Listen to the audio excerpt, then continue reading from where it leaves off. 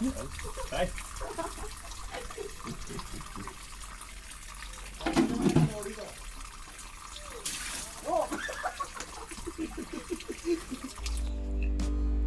ബയോമെക്കിലേക്ക് ആർദ്രമായ സ്വാഗതം. നമ്മൾ ചെയ്യുന്നത് ബയോമെക് 10L വീഡിയോ ആണ്.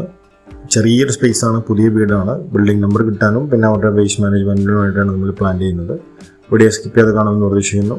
പോകാൻ പറ്റില്ലേക്ക്. ഈ പ്ലാന്റെ ബേസ് മോഡലാണ് 4 അംഗങ്ങളുള്ള വീട്ടിലേക്ക് കൊടുക്കുന്നതാണ്. പലരുടെയും ഡൗട്ട്, നമുക്ക് 2 സെന്റ് 3 സെന്റ് സ്ഥലം ഉണ്ടെങ്കിൽ വെക്കാൻ പറ്റുമോ, പ്ലാന്റ് സ്ഥാപിക്കാൻ പറ്റുമോ എന്നൊക്കെയാണ് ആൾക്കാർ ചോദിക്കുന്നത്. 1 സെന്റ് സ്ഥലമാണെങ്കിൽ പോലും നമുക്കൊരു കോർണറിൽ എവിടെയെങ്കിലും ഒരു 3 അടി സ്പേസ് കാണും. ഞങ്ങൾ ഇതുവരെ സൈറ്റ് കാണാൻ പോയിട്ട് നമുക്ക് അങ്ങനെ പ്ലാന്റ് വെക്കാൻ പറ്റില്ല എന്ന് പറഞ്ഞ് നമുക്ക് മടങ്ങി വരേണ്ടി വന്നിട്ടില്ല. കാരണം 3 feet സ്പേസ് എന്തായാലും അവിടെ ഉണ്ടാവും. ബാൽക്കണിയിൽ വരെ നമ്മൾ വെച്ച് കൊടുത്തിട്ടുണ്ട്. അപ്പോൾ അതൊരു പ്രശ്നമല്ല, വളരെ കോമ്പാക്റ്റ് ആണ് ഈ മോഡൽ. എപ്പോഴും നമ്മൾ ശ്രദ്ധിക്കേണ്ട ഒരു കാര്യം, പ്ലാന്റ് ഇൻസ്റ്റാൾ ചെയ്ത് കഴിഞ്ഞാലും നിങ്ങൾ സ്ഥലത്തില്ലെങ്കിൽ പോലും സ്ലറി എക്സ്ചേഞ്ച് ആരെങ്കിലും ഒരു കെയർ ടേക്കറെ വെച്ചിട്ട് നിങ്ങൾ ചെയ്യണം, നല്ലതാണ്. അത് 100% നിങ്ങൾ ചെയ്യണമെന്ന് നമ്മൾ നിർബന്ധം പിടിക്കില്ല. കാരണം ചിലവർക്ക് അത് പ്രാക്ടിക്കൽ ഡിഫിക്കൽട്ടി ഉണ്ടായിരിക്കും. അപ്പോൾ നിങ്ങൾ വേസ്റ്റ് ഇടരുത്. നിങ്ങൾ പ്ലാന്റ് സ്ലറി എക്സ്ചേഞ്ച് അല്ലെങ്കിൽ റീസർക്കുലേഷൻ ചെയ്യുന്നില്ലെങ്കിൽ പ്ലാന്റിനെ വെറുതെ വിടുക.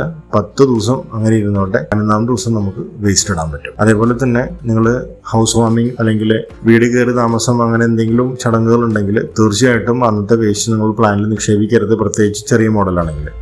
ഇത് സ്ട്രിക്ട്ലി ഫോർ 2 kg ആണ്. 2 kgയുടെ മേലേക്ക് നമുക്ക് വേസ്റ്റ് ഇടാൻ പാടില്ല. അത് പ്രത്യേകം ശ്രദ്ധിക്കണം. അതേപോലെ തന്നെ ഹൗസ് വാമിംഗ് മാത്രം മുന്നിൽ കണ്ടുകൊണ്ട് ആൾക്കാർ പ്ലാന്റ് വെച്ചിട്ട് 10 ദിവസം വെയിറ്റ് ചെയ്യാതെ വേസ്റ്റ് ഇടുന്നവരുണ്ട്. അങ്ങനെ ഒരുപാട് ഇൻസ്റ്റൻസസ് നമുക്ക് ഉണ്ടായിട്ടുണ്ട്. ഈ റീസെന്റ് ഇൻസിഡന്റ് എന്ന് പറയുന്നത്, നമുക്ക് പ്ലാന്റ് വെച്ചിട്ട് 2 ദിവസം കഴിഞ്ഞപ്പോഴേക്കും അവർ വേസ്റ്റ് ഇട്ടു. അത് പ്രത്യേകം നമ്മുടെ ഡയറക്ഷൻസിലും വോയിസിലും ഒക്കെ ഉള്ളതാണ്. അതൊരിക്കലും ചെയ്യരുത്. കാരണം അതിന്റെ ബാക്ടീരിയ ജനറേഷൻ സ്റ്റാർട്ട് ചെയ്തിട്ടേ ഉണ്ടാവുള്ളൂ. അത് പ്ലാന്റിന്റെ ലോഡ് കപ്പാസിറ്റി അതിനും കൂടുതലായിരിക്കും.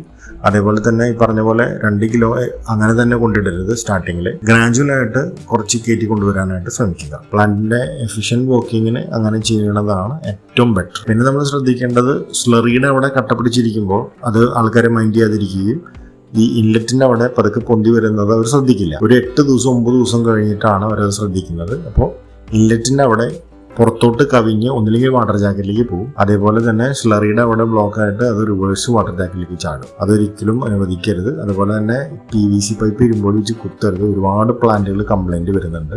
അതൊരിക്കലും ചെയ്യരുത്. സ്ലറി കുത്തി കൊടുക്കുന്നുണ്ടെങ്കിൽ ഫ്ലെക്സിബിൾ ഓസ് വെച്ച് തന്നെ കുത്തി കൊടുക്കും. അത് പ്രത്യേകം നമ്മൾ ശ്രദ്ധിക്കണം. പിന്നെ പ്ലാന്റ് ഡാമേജ് വന്നു കഴിഞ്ഞാൽ വാറണ്ടി അപ്ലിക്കബിൾ അല്ല. ഇത്രയും പറഞ്ഞുകൊണ്ട് വീഡിയോ ഞാൻ സമാഹരിക്കുന്നു. അടുത്തൊരു വീഡിയോയിൽ കാണുമായിരിക്കും. Good bye, take care.